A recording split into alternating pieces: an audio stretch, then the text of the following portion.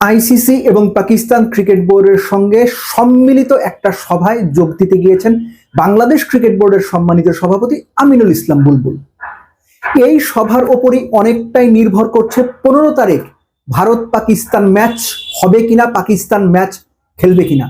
বাংলাদেশ এখন দুই পক্ষকে রাজি করানোর কিংবা কনভিন্স করার মতো অবস্থায় পৌঁছে গেছে এবং বাংলাদেশি কনভিন্স করার চেষ্টাটা করবে বা বাংলাদেশকে দিয়েই পাকিস্তানকে কনভিন্স করাতে চায় আইসিসি।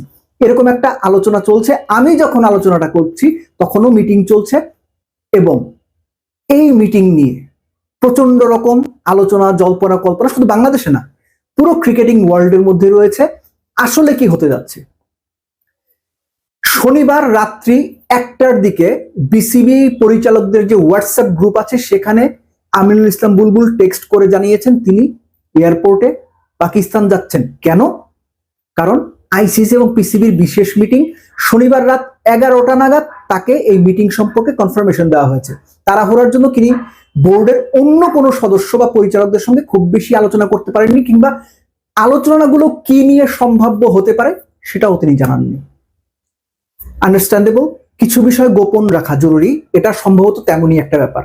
একটা ব্যাপার তো নিশ্চিত, যেই মুহূর্তে পাকিস্তান ঘোষণা দিয়েছে তারা ভারতের বিপক্ষে 15ই ফেব্রুয়ারির ম্যাচটা খেলবে না, আইসিসি টনক নড়েছে।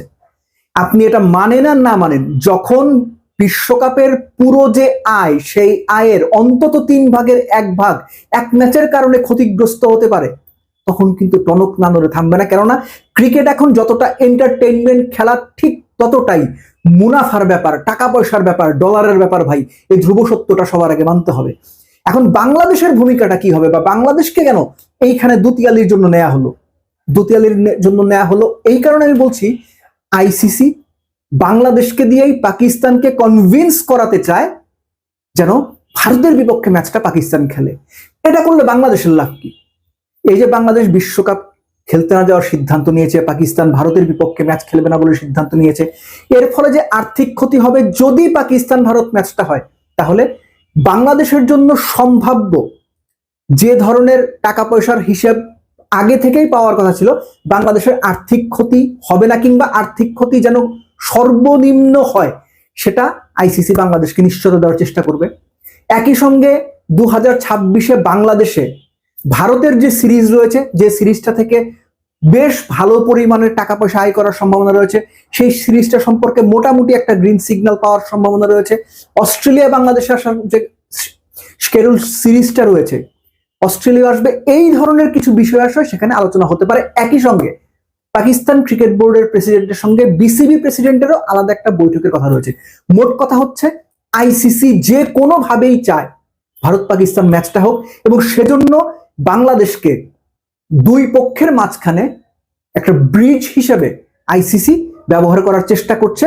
অর্থাৎ আইসিসি চাচ্ছে, সহজ কথায় বললে, বাংলাদেশকে দিয়ে পাকিস্তানকে কনভিন্স করতে। যদি ব্যাটে বলে মিলে যায়, প্রত্যেকটা পক্ষের স্বার্থ সংশ্লিষ্ট বিষয়গুলো নিশ্চিত হয়, কিংবা অ্যাটলিস্ট প্রত্যেকটা পক্ষের স্বার্থ সর্বোচ্চ অংশটুকু যদি নিশ্চিত করা যায়, তাহলে আপনি নিশ্চিতভাবে বিনা বাক্য ব্যয়ে মেনে নেন 15 তারিখের ম্যাচ পাকিস্তান খেলবে ভারতের বিপক্ষে। এবং তখনই পাকিস্তান শুধুমাত্র খেলতে রাজি হবে যখন তারা দেখবে তাদের যে ভবিষ্যৎ স্বার্থ সংশ্লিষ্ট, টাকা পয়সা সংশ্লিষ্ট বিষয়গুলো সিকিউরড। একই সঙ্গে বাংলাদেশও যখন বুঝবে, বা বাংলাদেশও যখন মোটামুটি নিশ্চিত হবে যে বাংলাদেশের জন্য বিশ্বকাপ না খেলার ফলে অর্থনৈতিক, দ্বিপাক্ষিক সিরিজ বা ফিউচার অন্যান্য আইসিসি ইভেন্ট, এসিসি ইভেন্টগুলো ক্ষতিগ্রস্ত হবে না, তখন হয়তো বাংলাদেশও পাকিস্তানকে অনুরোধটা করবে। সবকিছু মিলে পরিস্থিতি এখন আইসিসির সম্পূর্ণ নিয়ন্ত্রণে নেই, এটা কনফার্ম হয়ে গেছে। নইলে এই মুহূর্তে বিশ্বকাপ চলাকালীন বাংলাদেশ ক্রিকেট বোর্ডের প্রেসিডেন্টকে আইসিসি পিসিবির সঙ্গে মধ্যস্থতা করার জন্য, কিংবা আইসিসি পিসিবি মিটিং এ ডেকে নিত না। এই সহজ জিনিসটা আমরা বোধহয় সবাই বুঝছি, কিন্তু একটা ব্যাপার এইখানে মনে রাখা খুব জরুরি, বাংলাদেশ কিন্তু বিশ্বকাপ বয়কট করেছে। আর সেই বাংলাদেশকে ডেকে নিয়ে যখন আইসিসি পার্টিকুলার কোনো বড় মিটিং এর জন্য বা পাকিস্তানের সঙ্গে মিটিং এর জন্য দাওয়াত দেয়, তখন বুঝতে হবে আইসিসি বাংলাদেশ বিশ্বকাপ বয়কট করার ফলে, পাকিস্তান ভারতের ম্যাচ বয়কট করার ফলে বা খেলতে না চাওয়ার ফলে যে চাপে পড়েছে গত 15 বছরে 20 বছরে আইসিসি এরকম কোনো চাপে পড়ে নাই বিশ্বকাপ নিয়ে। সো আমাদের একটু অপেক্ষা করতে হবে যে সভার আউটকাম গুলো কি হয়। ডেফিনেটলি এটার অফিসিয়াল একটা ঘোষণা পাওয়া যাবে, হয়তো আইসিসি দেবে বা পিসিবি দেবে বা ICC PCB Bangladesh cricket board মিলেমিশেই দেবে। সো সেই পর্যন্ত আমাদের অপেক্ষা করতে হচ্ছে। বাট ওটাই মাথায় রাখেন যে বাংলাদেশ যদি মনে করে বাংলাদেশের ভবিষ্যৎ স্বার্থ সংশ্লিষ্ট বিষয়গুলো, দ্বিপাক্ষিক সিরিজগুলো এবং অর্থনৈতিকভাবে ক্ষতিগ্রস্ত হওয়ার সম্ভাবনা তুলনামূলক অনেকখানি কমে যাবে, তখন হয়তো বাংলাদেশ পাকিস্তানকে রিকোয়েস্ট করবে ভারতের বিপক্ষে ম্যাচটা খেলার জন্য। আর পাকিস্তানও যদি দুই দেশের দুই পক্ষের স্বার্থ সংশ্লিষ্ট বিষয়গুলো সম্পর্কে নিশ্চিত হতে পারে, তাহলে পাকিস্তান ভারতের বিপক্ষে ম্যাচটাও খেলবে।